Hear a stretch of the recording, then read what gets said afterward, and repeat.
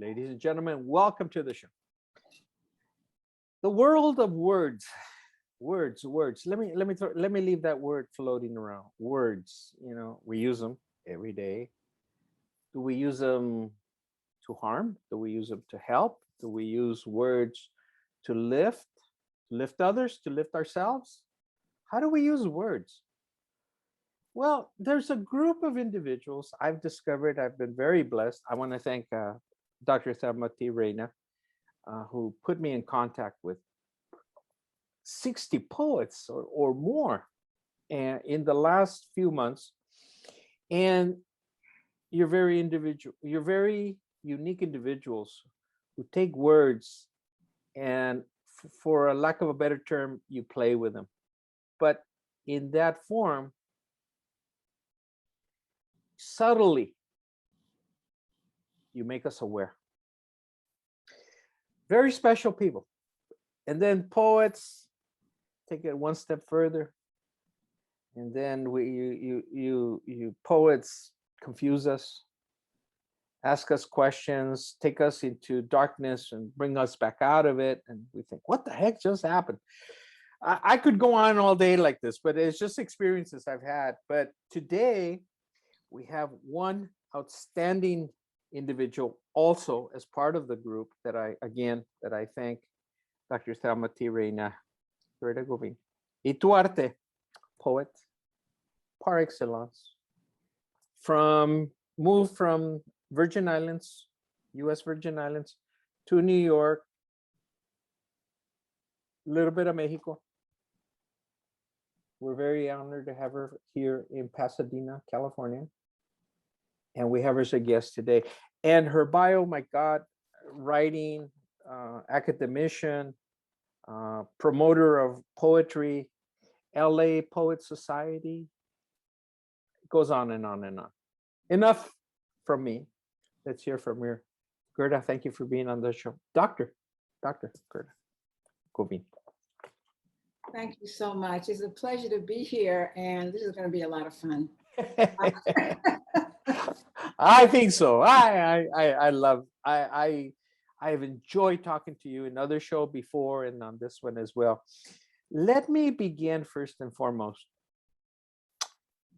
Thank you, first of all, for your books.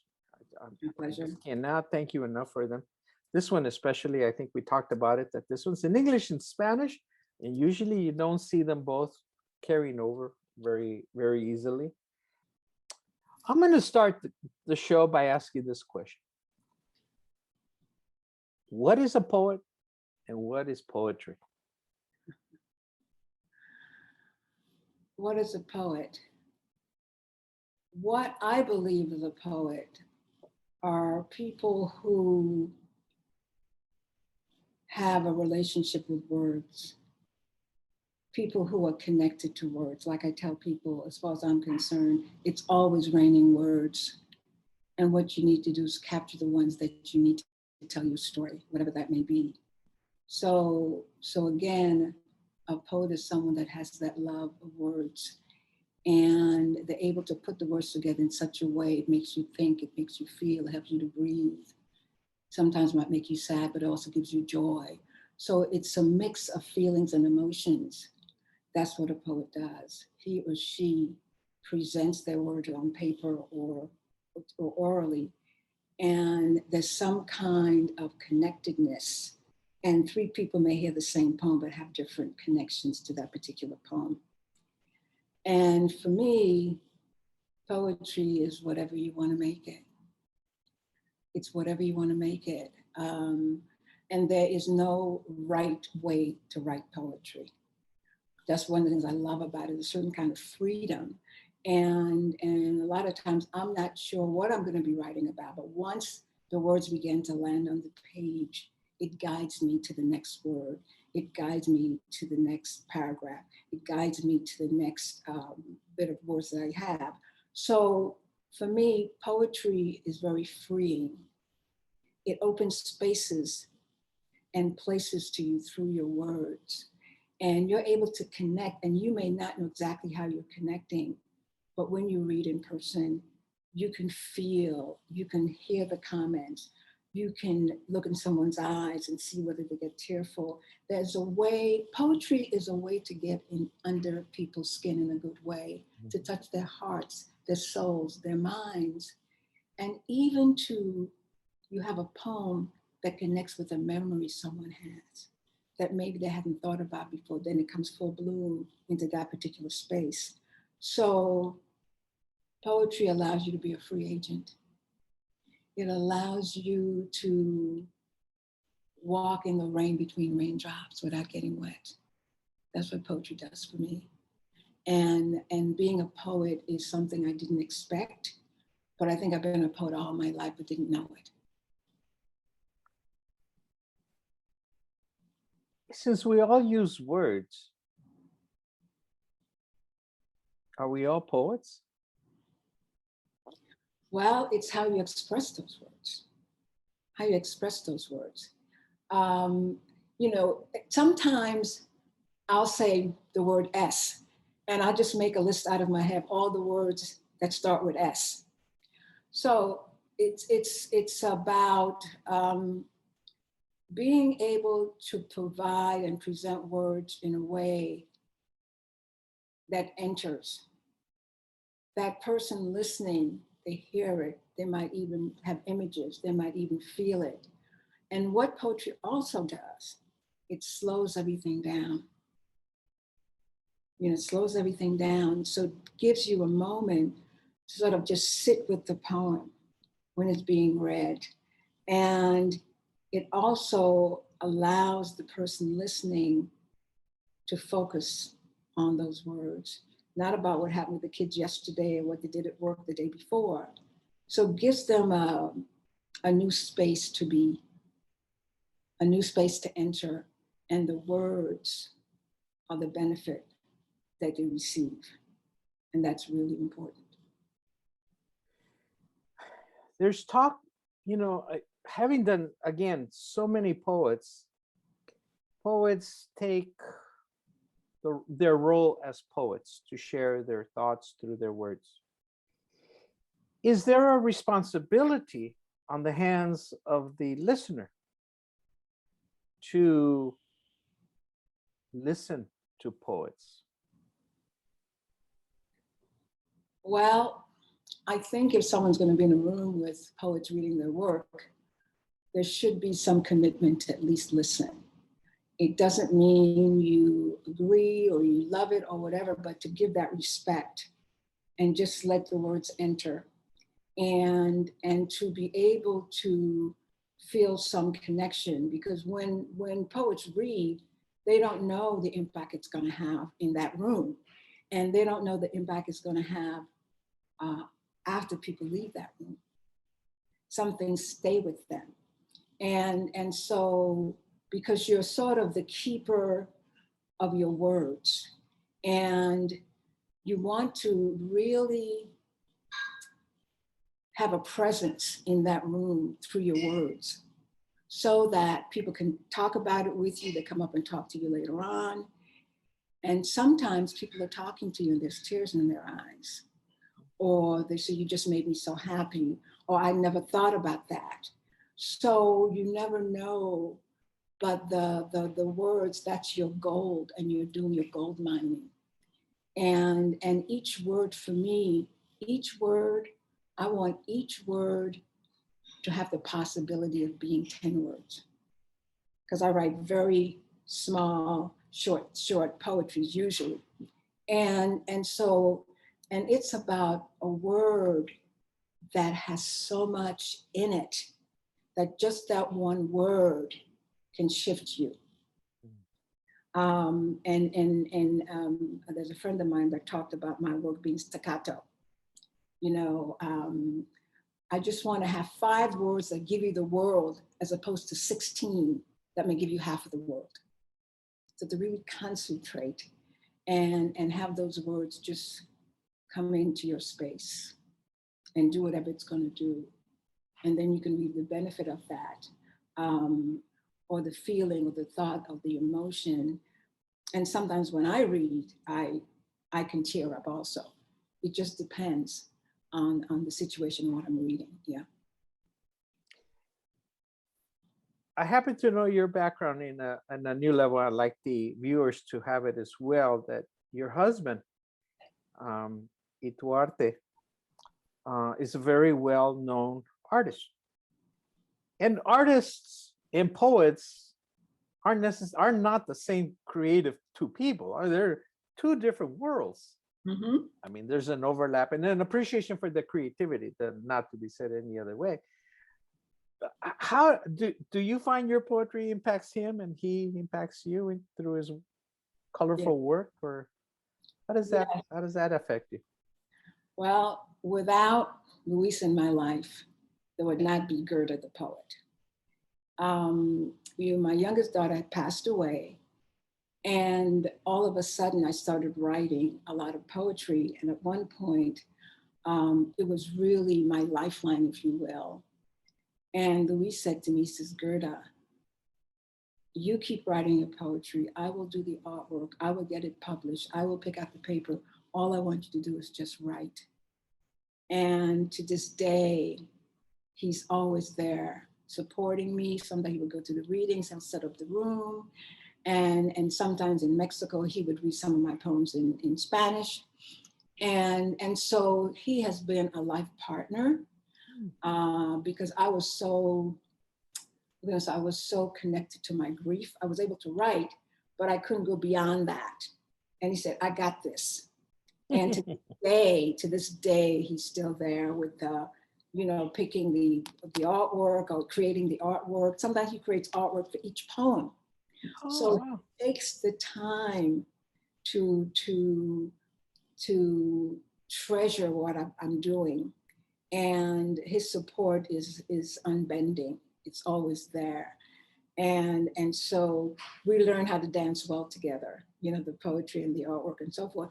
And I have been involved with him curating shows, being in shows with artists. So for me, poetry should be a connector with art, dance, music, whatever. Sure. Absolutely. Because it's very adaptable if you allow it to be. How much of music lyrics is poetry? I'll tell you something. My favorite poet in all of the world is Bob Dylan. And he's my favorite poet because what he writes is just mind-blowing in terms of the lyrics. And beyond that, my favorite kind of music is country western, because they tell it like it is. They don't put a skirt on it, try to make it pretty, put on makeup. It is what it is. And it gets you right here. So for me, the words can come from anywhere but Bob Dylan is the one, and Nikki Giovanni are the two people whose work really, really speaks to me. And I don't care what culture you're from, what gender you are. Sometimes, I'm in the car and I'll hear a song and I'll pull over and I'll start writing some of the lyrics that pop up for me. It's like words, it's like magnet to me. Wherever I could be walking down the street and two people having a conversation and I hear a phrase, write it down. And so wherever I go, the words are there and they show up.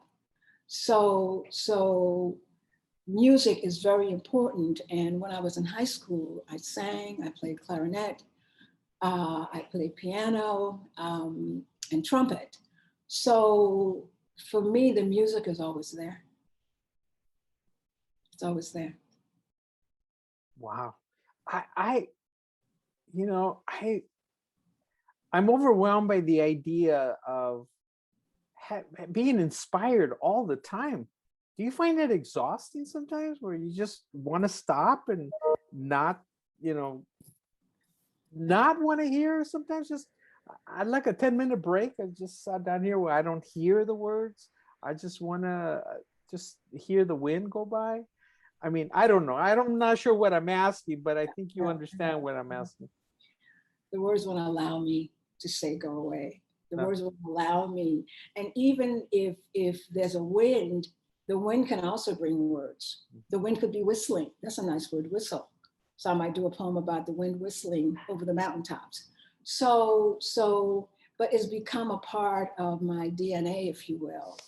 where and without me being cut, my ears will just pick up something all of a sudden. You know, I can't say, oh, well, forget it, I'll write it later. I have to be in the moment with that. And it keeps me ever present. It keeps me ever present. And sometimes and even when I'm watching a movie or commercial on television, I have a pad with me because I know there's going to be like 3 words I hear from this commercial that's, oh, wonderful, brilliant, I write it down. So even when I'm taking time off, if the words are there that I need, it's right into my ears, and I grab the pencil and I grab the pad, write it down, and then, yeah. I imagine you're the kind of person that wakes up in the middle of the night of a deep sleep because you got an idea, you want to write it down, and go back to sleep. I sense that, you know, in our conversation. Yes, yes. And I don't mind because it gives me this sense of adventure and wonder, you know, that stays with me. And even when I'm not feeling well, which is very rare, you know, so I'll be reading a magazine, and wham, here's 4 words that say, take me, take me. And then I put them down. So sometimes when I don't have anything specific I want to write about, I go through, using my iPhone, I have a notebook and I just write stuff. So I go to the notebook and I go through the words. I say, oh, that one's good, that one's good. Next thing I know, there's a poem. And I add other words and there's a poem. So it's a never ending cycle of love and appreciation for me. Again, I'm probing here a little bit on my own. Mm-hmm. Do you write, or does a person write, a poet write with the idea that I want to share this, or I'm going to share that? Or do you write it just because it's just impacting you and you want to keep it, you want to preserve it, regardless whether it's ever shared with anyone else? I think it's a little bit of both. Because sometimes I write something and it'd be in one of my books, and I wrote it because something came up and I just needed to get it down on paper. And some other folks that read it would say, this really connects with me, I'll never forget this particular poem. And there's a poem that Thelma likes it, and I wrote about my dad when he was very ill, basically on his deathbed, but he did recover. So I wrote about having a 3,000-mile trip to go see my dad. And she said, there's something about that poem that just gets me every time. And so, and the other thing for me is sometimes I write and it's like fun. I'm doing a lot of what I call like architectural poems, where I take the words and then there's patterns. You know, it could be sideways, it could be a triangle or whatever, because I never want to put the words in the same format. Each word has its own particular format, each poem. And I never know, because as I'm writing it, I'm organizing what's going to go where. And that's something that's most of the time very unconscious for me. And I don't even know how it started, but I want to like give each poem their own space and place. Wow. You know, because then they can own that page, you know. And so, and a lot of what I do is experimentation, because it's like, if I think of something I want, I just do it and see what happens. It's either going to work or not work. And usually it works. And it's important for me to be able to share with my workshop buddies the new work that I have, because they're very helpful, and it allows me to see some of the things I might need to adjust or whatever. But I write because I love writing. And now I write every week because I have this workshop. Before, I just write whenever, you know, 2 o'clock in the morning, you know, sitting out in the garden, whatever, because I can't. If someone said to me, you have to write every Tuesday at 2 o'clock, put me in a straitjacket. I can't do it. I can't do it.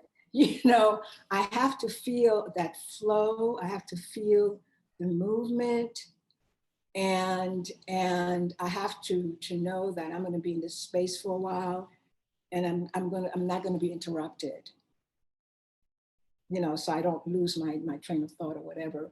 Yeah, so it's a joy, and as I get more seasoned, I'm playing with words more, you know. they're becoming my real buddies, you know. And I'll try new things, you know. I said, if it doesn't work, it doesn't work. So I'm not, how am I going to say this? I don't believe that I'm done with poetry. I mean, I'm going to keep pushing the envelope where it allows me to push. And sometimes I come up with stuff. I said, this, I'm not sure about this. It's not going to work. But, and then some, this is brilliant. You did this, this, and this.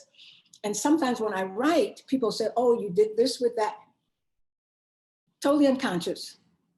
You know, you have a series of words with that start with S, and it's a great sound and feel. And when I was writing it, I wasn't doing it on purpose. It just came out. You weren't thinking, you were listening to the ideas flowing to you. Exactly. Ah.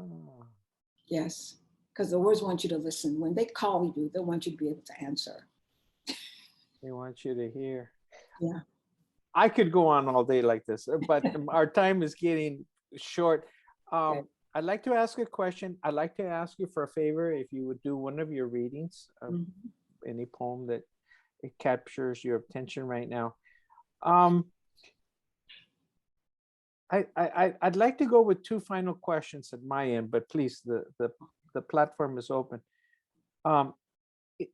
It sounds to me that you, I don't know which comes first, chicken or the egg. Sounds to me that there has to be a certain amount of confidence in self, that you're okay, poets or writers, okay, you know, maybe only 1% out of 99 will be of any use, but that's okay, you know, let's do it. It sounds like more a sense of self-confidence. You're okay with that, you know, sure, because no one's really judging it.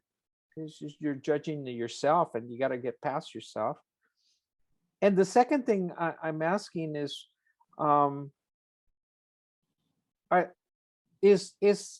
is building up a sense of mindfulness helpful to be able to focus and listen when the words are coming to you?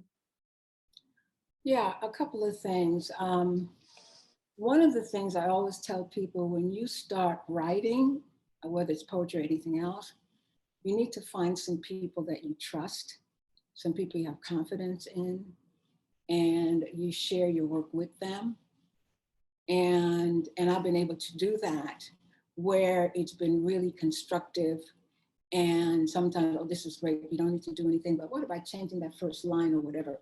So I'm able to go into dialogue about the work with people that I trust, people that will not try to deter me. They make suggestions, I will take some I may not. But just to be able to connect with other poets so that you have a group of people, you know, you can send them your work and they're going to go through it and tell you what they think. And that's been very, very important for me. I've been very lucky to have some excellent poets who looked at my work. So that's really important. And the other thing has to do with the whole issue of self-confidence. You know, I think I had self-confidence when I was 5 or 6, or maybe earlier, because I never felt there was anything I could not do. And even when I was 7 in the first grade, I wrote with my left hand. In those days, you know, you're doing the devil's work, cracking on the knuckles, and my mother came up to school. So I was the only kid in the whole school that was able to write with that left hand. So I had a mama bear too. So if anything went sideways, she took care of it. So it's as though all of us have gifts. And it's not about bragging, it's just being able to unearth what's there, you know, to dig and get it, go into that well of words and stir it around, make it, you know, bring the words up. So, you know, it's really about being able to have this feeling that you're making a difference in your own life and possibly in other people's lives. And the ability to write is a gift. And I believe when you have a gift, whether it's music, dance, whatever, you have a responsibility to share it. You really do. And you don't know what the impact's gonna be. That's not the point. But if you have a gift and you do this, you strangle it, you kill it. So you do this and let it enter. And that's my joy. That's my way of being in and of this world, and loving it. Just loving it. Yeah. Would you honor us with one of your poems? Yes, I will. I'm going to read a poem from When the Virus Came Calling. Ah, we're back to that book again. Yeah. And, Thelma is really great. And that was, this poem was the first poem in the book. Bloom. Today, ideas bloom. Want poetry to make a difference in a world gripped by fear and not knowing. How can poets make a difference? How can they help us breathe? How can they give us moments filled with words that cause us to laugh, think, feel, be? Let each of us as poets create words that feed our souls, free our minds, make us thankful to be alive. What can we do to till the soil? What can we do to calm the wind? Let each of us as poets create hope, to relish sun on our faces, rain on our backs, and trees, flowers, animals who shine for us, show off their best by just being there. We are the words, we are the readers, we are the ones who walk in the rain between raindrops. We are the ones who light up the dark, keep door of possibilities ajar. We are the ones who offer our poems as a gift to the world, one word at a time. Very moving, very moving, very moving. I can only thank all of you, poets, writers, singers, Renaissance people like yourself, who open us up to see more in our brains and be able to do more with it. Mm. Beautiful books. Thank you again. This one I'm going to keep reading. I'm going to try this one in Spanish a little bit more. Okay, great. Great. My final question. Do you have any advice, especially for women of color, women about who have the sense of poetry but haven't released it, if I'm using the words right? And what would be your advice to them? First of all, I would say to them, whatever writing you're doing, whether it's in a diary or in a notebook, keep doing that. And then also reach out and see if you can find someone that you may know who is a poet, someone that you feel a connection with, and see if you can be in a workshop with them. Because you have to trust the person who is going to be giving a workshop. If you're going to be in, you have to have some kind of feel for that particular person. And I've had many workshops, and each time I take a workshop with certain people, I grow, I develop, I open up more. And so you need to seek someone out, because your words are precious, your words are important, and you need to treasure them, and you also need to share them. But you have to be with someone you trust, whose opinion you value. Don't just throw it out there to anybody. It's not garbage, it's your work. And you want to treasure it, and you also want to see it grow and develop, as you would too if you keep writing. Oh my gosh, what a wonderful session. Ladies and gentlemen, we're talking with Dr. Gerda Govine Ituarte about poetry, about her work, but what inspires her, but how she inspires all of us to look at ourselves, to be a poet. We're all poets. We all have words in our heads that we just don't know it sometimes, and we need to start writing them down. Where can our viewers learn more about your work, about your ongoing publications, etc., all the work you're doing? Mm-hmm. Okay, they could look at me on Facebook. That's where I put a lot of my work. Gerda Govine Ituarte or Gerda Govine, either one. And also I have a website, and it's www.poetryartbookstation, all one word, .com. Poetry Artbookstation.com. Booksstation.com. Okay, Yes. I got that. Yes. Thank you for being a guest on our show. But before we close, I'd like to hear and give you, like to hear your closing statements. I'm just dying to hear them. I've had such a pleasure. Okay, thank you. Thank you. Well, as someone who's very seasoned, my husband and I moved to San Diego, to the hills of Jamul, almost 3 years ago, because we felt that we needed more space and room just to be.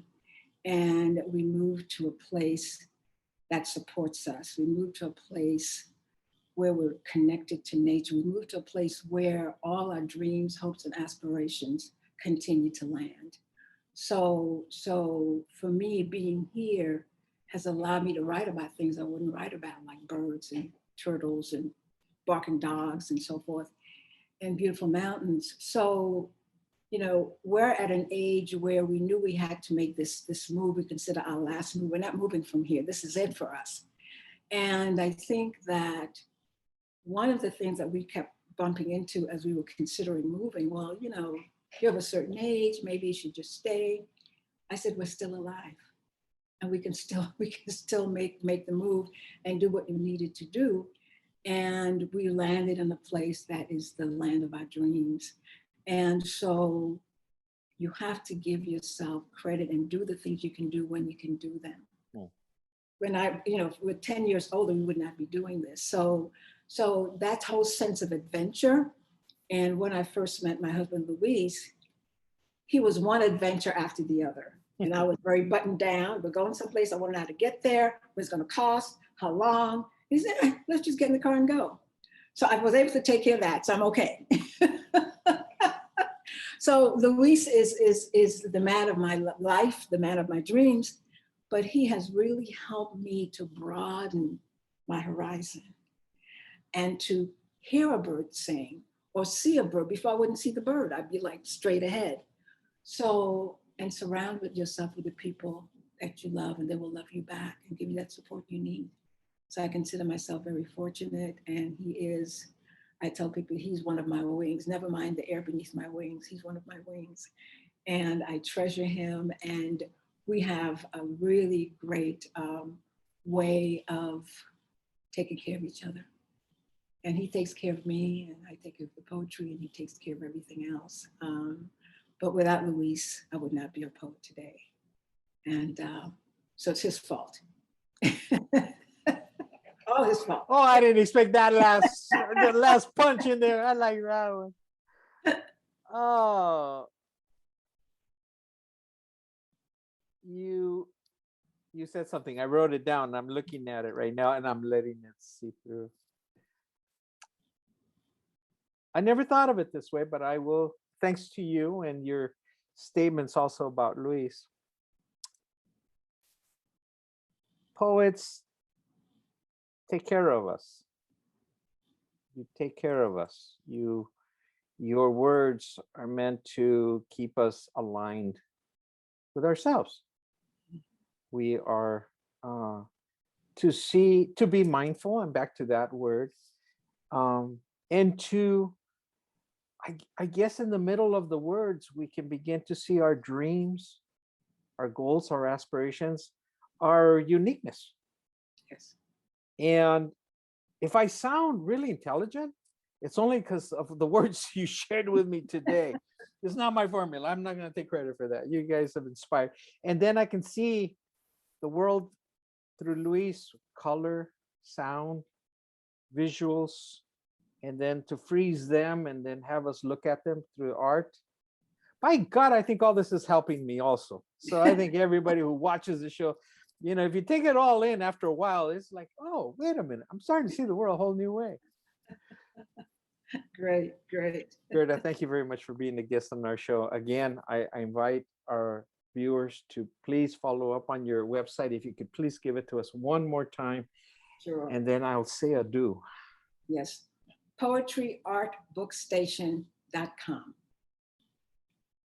Gerda, thank you very much for your time, your wisdom, and take care of us. We all need it. And Armando, thank you so much. I love talking with you. And anytime you want to talk with me, just call me. You got it. You got it. Thank you Okay. very much, and Thank equal you. success to you. Thank you. Adios. Adios.